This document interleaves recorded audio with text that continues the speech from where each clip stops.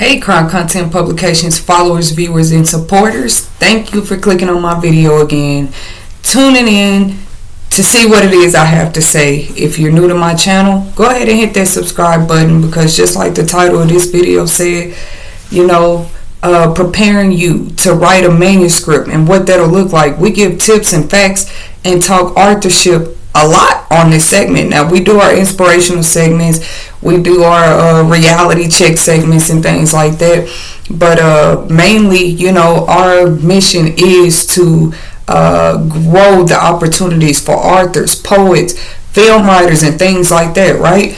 Writers, subscribe to this channel. The way it's going to go, they're going to subscribe to this channel, because we're also going to have some great authors right here. We're going to start streaming live right here on our YouTube channel, interviewing these authors, checking out what some of their writing habits look like, what it was like for them to go, because some of these guys are full-time authors now, or they do something else as far as publishing work, right? So we're going to be having those guys on the channel. We call them entrepreneurs, because oftentimes as an author, you don't just write books, right? Or you have another field of work that you do that you end up writing about, right? Like, let's say you're a beautician, you might want to write about hair tips, or you're a chef, you might want to write a recipe book. That's who we're hoping to gravitate to this channel, right? To invite to this channel. And don't forget, if you're interested in promoting or marketing your work in 2022, my link to reserve a slot to become a guest on the Crown Content Publications podcast show. Pretty much we're about to merge with YouTube. I know I'm giving y'all a lot of information, but to reserve a slot, it's going to be in the description and comment section, okay? And then I just appreciate the love so far, because I'm not finna come on here and play like y'all. I knew how to set up all this digital technology and streaming and YouTube and podcasts. But if you are interested, you can check out the Crown Content Publications podcast show. We're publishing and marketing me on platforms like Spotify, iHeartRadio, Apple Radio this year. Just look up Crown Content Publications. The same logo y'all see right here on the YouTube channel, you'll see it on my podcast channels on those platforms. But I'll also share the link that gives you direct access to previously recorded interviews with authors and entrepreneurs right in our local community. So, y'all don't want to miss this. Make sure you're tuning in, you're subscribing, so that you get to follow the Crown Content family growth. For sure. We want you guys to be a part of it. Family. Even though this segment is not about family values are everything to some of us, and not all the time is. To me, family is just like, a family could be made out of anything, for sure, and I try to be careful with that out here. To me, family is not cultish, where somebody come in and they're a little different from us, we're gonna shun them, and that's not what family. Because if you look at a real family, y'all, it's going to be all type of different. Y'all got the same blood, but everybody's different. Save that for another topic, okay? I'm going to say that for another topic, because to me, within the new age, millennium and everything, we have definitely forgot the morals and values of family and what a true family look like. So don't worry though, y'all. I'm going to bring a segment out about that, because I do feel like, and when I say family, I don't just mean black families. Like, what is the value of family today? And I'll have people on the show. We're about to have our panel going and everything, y'all.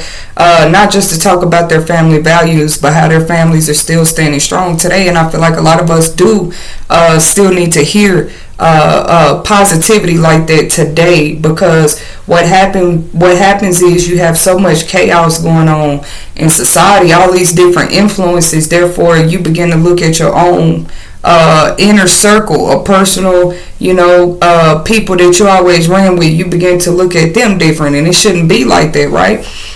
It has always taken a village. Always do that, because this wasn't even about family. But whatever comes to me, I like to let it come out. It is what it is. But if you saw the title of this video, we're going to talk a little bit about some tips that might help you prepare. All of the tips I'm about to give today are absolutely free. Like, you don't have to pay anything. It's just putting your mind to the test. When you decide in your heart, hey, I'm ready to write this book, just to inspire some of you aspiring authors and writers out there, there are people in places like the penitentiary, mental health facilities, hospitals, right? The less fortunate, as we would call it, homeless people out here writing, and it just inspires me. Like, what can I do as far as giving tips for somebody that's serious about a manuscript, and publishing it, right?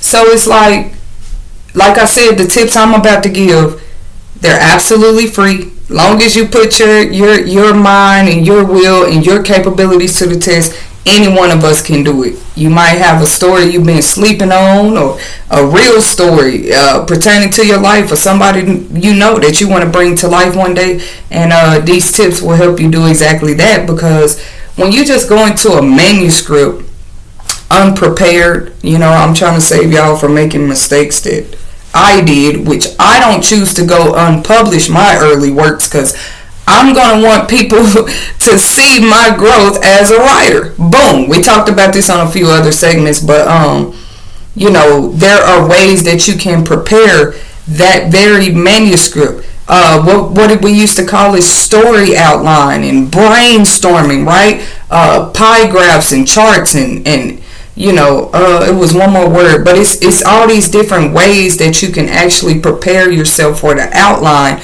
of the manuscript that you're about to write. If you don't believe me, ask film writers today, ask play writers today, right? They don't you can have the idea all day long, 20 people tell you that's a great story idea, but let's talk about how to properly prepare a story outline before you go into that manuscript, okay? For example, right, you can literally start folders for that one file, that one manuscript, about each part of your book that you want to talk about, right? This might include something like characters, right? The characters, each one of your characters is going to be living a different life, especially if you want this masterpiece to come together right. You don't want your readers to be like, who is she talking about right here? Who is he talking about right here? Like, where did this character come from? See, if you already got a file where you have given a description of the characters, how they are going to fit into your story, where they're going to come into your story, why they're even being brought up, right? It helps you as a writer perceive something like, man, do I need a character like this, or is this adding too much, or do I have too little, right? That's something to think about. Characters is the first one I brought up because sometimes they are they're those type of books like sorry y'all. Boom, that's what I meant. Like a fiction book, you may have a protagonist, an antagonist, which is pretty much like the villain and the good person, right? And it's really funny, like, this is what helped me to love stories so much. I don't care how old a folklore or a myth or story is, it seems to always be some type of villain and protagonist in the story, right? And even with natural stories or how our lives play out, I just wonder how much different a lot of us would be if we would walk around in life literally looking at our life as a story, like, man, this is just the beginning, or man, this right here is like the mid-crisis period. This right here is like my breakthrough point. This chapter right here is called growth, right? If we lived our life like this. So boom, I got off topic again. Your main character is always going to be very intriguing, or you want to make sure that character is intriguing enough to where the reader is subdued enough to read further about who that main character is. You don't want to get out, like, that's what I'm saying. Go ahead and outline this. Is the story more about the main character, or is this specific character only going to be brought up in certain points of other characters' lives? That's something that you need to plan for, or that will help you before you even get started writing that manuscript. There's nothing wrong with doing it the old school way, like, hey, I'm just finna write, rough draft write, and then I'm going to have somebody proofread it, which, let me throw this in here, guys. May 24th, Tuesday, 4 p.m. Mountain Time. That link that I'm going to be sharing in the comment section, we will be actually interviewing another entrepreneurial proofreader for you authors that may be looking for those type of services, writers, poets, before you publish. He's willing to proofread for you, okay? You got a whole proofreading business, so I don't want you guys to miss that. We're still on it with the podcast show, okay? You want to make sure that people are intrigued enough to see what further happens with that main character. Develop your main character and write a summary sheet that's going to cover the character's name, the character's storyline, where the character's coming from, why this character is so symbolic in this story, right? The character's motivation or lack of motivation, okay? What the character is after in the story. You know, paint it however you want to, but just make sure that you know, when you do this outline, these things are being included. What is the character's goal? What is the character's conflict? Who's against the character the whole time? The character is just trying to make it to his final destination or her final destination. What I tell y'all, there always seems to be a antagonist. It doesn't matter in walking life and even in stories. There's always like this villain, you know what I mean? There's like this what seems to be a blockage for any of us, even in stories, right? What is the character going to learn or change or reconcile with somebody? Just giving you guys some ideas when you get to writing that storyline and you're bringing those characters alive, because people that aren't writers or that are entry-level writers, they're about to find out, man, writing a book full of characters is not easy work. Maybe for a little basic children's story, right, that is only going to include 4 or 5 characters in the first place. But if you're talking about a whole novel, y'all think about Harry Potter real quick.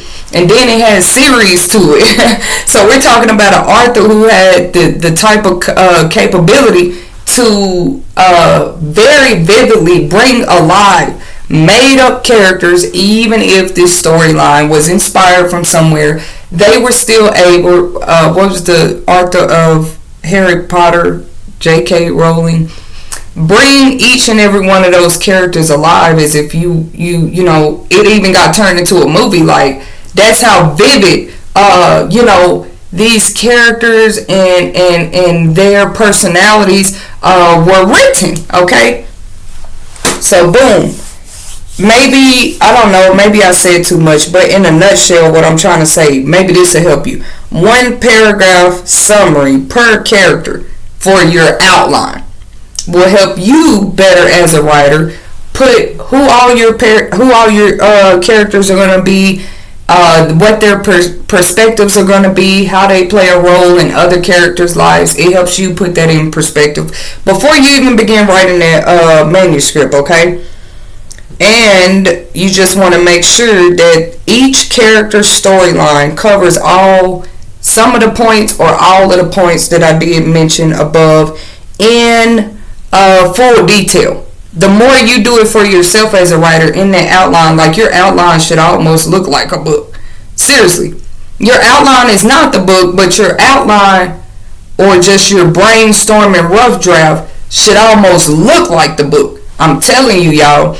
Then when you get to the stage of writing that book, let's just say you make the proofreader's job, I'm not going to say the editor's job, but the proofreader's job a little simpler, because you have put things into perspective already when it comes to your characters. But we're going to talk about some more things, because characters is just the beginning. Now we're going to talk about titles and subtitles, because yeah, like every book is different, so you're not going to need a subtitle for every title with every book.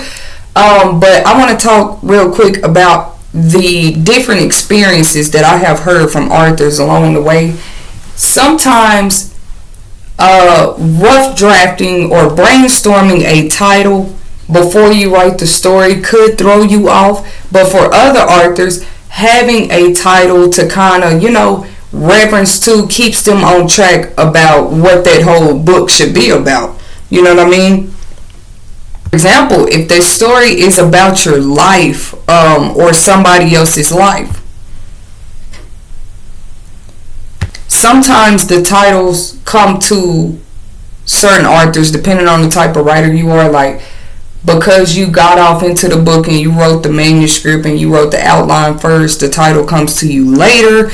Only you are going to be able to decipher which type of writer you're going to be.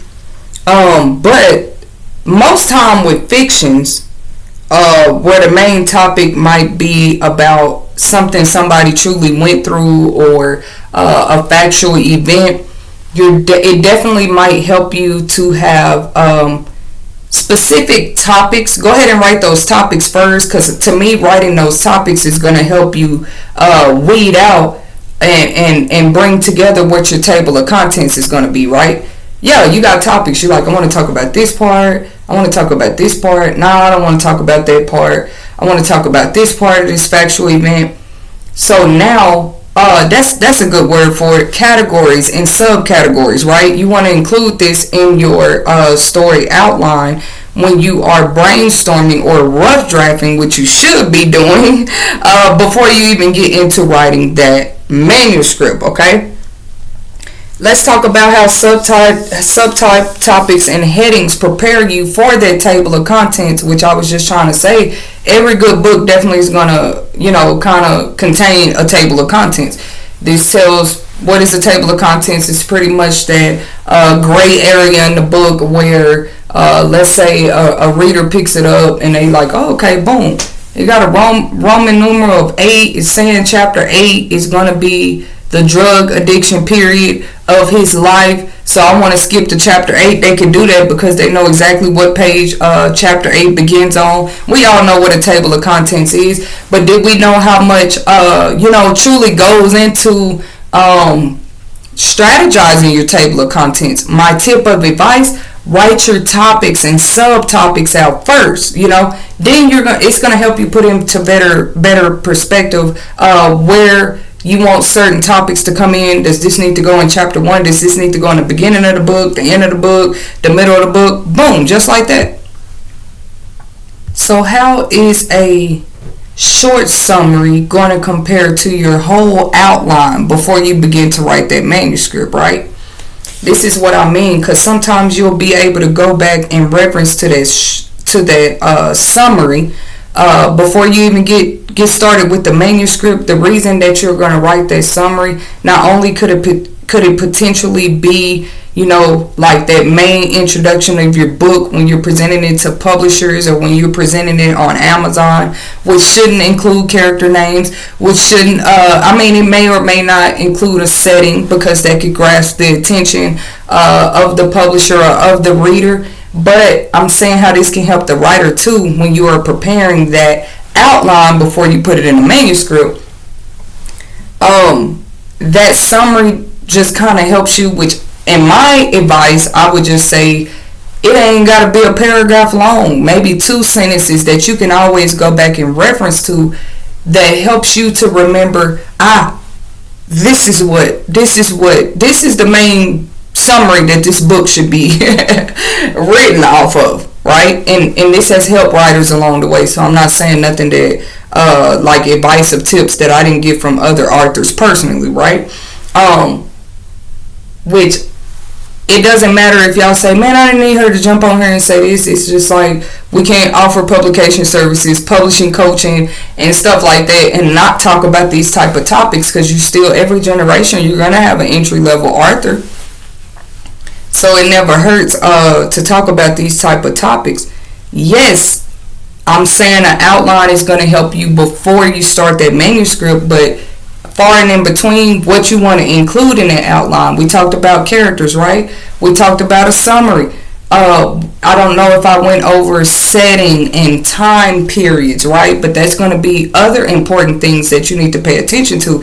If you're going to talk about the time Sarah was birthed by Marge, because Marge was your mom's sister, and these are characters you want to include in the story, you definitely are going to have to think about time periods, when you're going to bring them up, so the reader is not lost about what's going on. Boom, it's simple. Maybe you're writing a historical fiction set in a certain time period. You'll still need to do some research about that time period. I mean, you can be telling your story, or you're telling somebody else's story. It doesn't have to be the example I gave. But imagine trying to write in a time period just off of your perception of what was going on in that time period. Go ahead and research that whole time period as a whole. It definitely opens up your window of vast opportunities when it comes to like symbolism and metaphors and things like this that you might be able to throw in the story, because you're going to need a lot of those. And when you're choosing that setting, if you're not going to choose a place that you know very, very well in a specific time period, that story outline, I'm just trying to save y'all time as writers out there. Just save you time and heartache.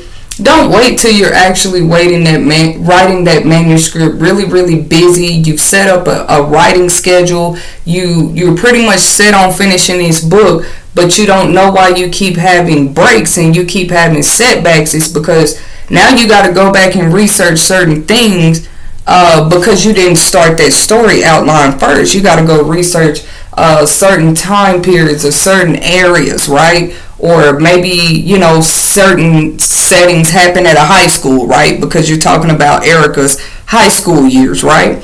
You weren't there in her high school years, but you would definitely want to know what high school was like in Erica's period of time, So definitely always doing that research along the time that you are doing the outline. I guess this could be good advice also for ghostwriters. I hope my channel invites ghostwriters over time where they can give advice and tips too, right? Editors and things too, like things that we can work on as writers that only help their jobs become a lot easier, right? Because at the end of the day, we're going to need a proofreader and an editor. We might even need a formatter, but a part of why Crown Content Publications and the podcast show, we do what we do as far as networking and interviewing people that do this type of work is because they can give us more of an insight of their mind and what they're looking for when somebody submits a manuscript, even publishers, right? When somebody submits a manuscript looking for their services, what exactly is it that they're looking for, that they're not looking for, that gives them a headache because this author didn't know this, right? Like, that's all it is. It's simple. So this wasn't a long segment. I could really talk about something like your story outline all day long. I think I've summed it all up in a nutshell when I said, if your story outline, I'm not saying it has to be a book, but the thicker it is, the more prepared you are to actually write that manuscript. You see, a lot of us do it backwards, like we all write different, so there's no right or wrong way. These are just tips, guys. A lot of people just jump off into that manuscript. It's burning in them. Hey, I just want to go ahead and start typing the story. And then when they get all these red marks and checks from the editors and proofreaders, that's what I'm saying. It's not saving you more work, regardless of which order of operations you choose to write that story in. Because a proofreader and editor is just going to send you your stuff back and tell you to do. They're not going to tell you to write an outline, but now you got all this stuff to fix. It's just holding back the time that book could already be published when you could have just. And then I advise this: there's nothing wrong, guys, with getting that thick outline together, right? Like you got all the back. This would look like the back room, like the backdrop, like the behind the scenes, right? Y'all know when we watch movies, at the end they might have behind the scenes or bloopers because these are the things they went through, or these were the scenes that were, filmed and maybe edited before that movie was even, fully just filmed. It's the same thing kind of like with writing a book. You want that to be, I'm not saying it has to be as thick as your book, but make it thick. And then this is a tip of advice, getting us in the habit of going ahead and submitting those outlines to proofreaders too. I can't wait till I have my proofreader on the podcast show tomorrow, 4 p.m. Mountain Time, guys, May 24th. We're going to have Mr. Irvin on the podcast show. Once again, I'm going to leave the link in the comment and description section in case you guys want to tune in live. Even if you don't, you get off work late tomorrow, you can still come back, click on the link or copy the link in your text message or something. Go check it out later because it'll already be recorded. But pretty much, he'll be giving us tips and advice, writers, artists, film writers. Not only is he marketing his services, but, you know, when it comes to proofreading, as long as he has done it, you know, the type of things he has seen when it comes to the manuscripts of authors. There is nothing wrong, because I'm going to probably bring that up tomorrow to him, like, would you advise that we even have our story outlines proofread? Because I feel like if we get a third party on just the storyline, it saves us a lot of trouble with the very manuscript. So I hope I made sense, and I hope this was an informative YouTube video today. Don't forget to give this video a like. We have more writing topics and advice and tips for writers, videos just like these coming, and with experienced writers streamed with me right here on the channel. You don't want to miss it, so subscribe and just keep following my growth. And until next time, thank you guys for your support.